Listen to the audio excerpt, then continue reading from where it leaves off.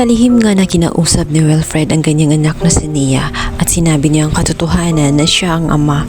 Kaya naman na kinumbinsin niya ito na pakasalan na nga ang kanyang ina at pumayag naman ang kanyang anak na si Nia. Tuwang-tuwa ito dahil sa kabutihan na ginawa niya at natitiyak naman ang kanyang anak na hindi sila pababayaan nito sapagkat nakita niya kung paano sila minahal nitong si Wilfred.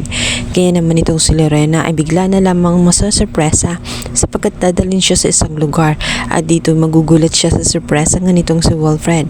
Dito pala ay magpapakasal sila, hindi bukas ngunit ngayon na, at nagugulat dahil ilan lang ang nakakarating kasama nga ang kanyang anak na si Nia at itong si Naya Pilar. Napaluha na lamang si Lorena sa tuwa ngunit hindi niya maiwasan na kabahan pa rin sa kabila ng lahat.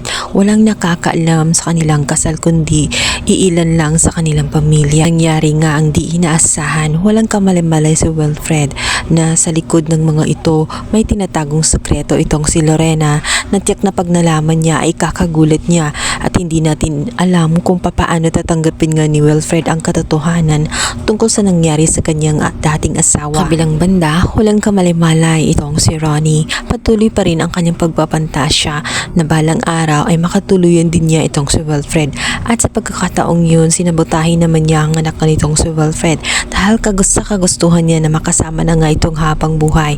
Hindi na nga siya makapag-antay kundi siya na nga ang mag-propose ngunit huli na ang lahat sapagkat malalaman na nga niya na tapos na silang kinasal ni Lorena at nitong si Wilfred at wala na siyang pag-asa.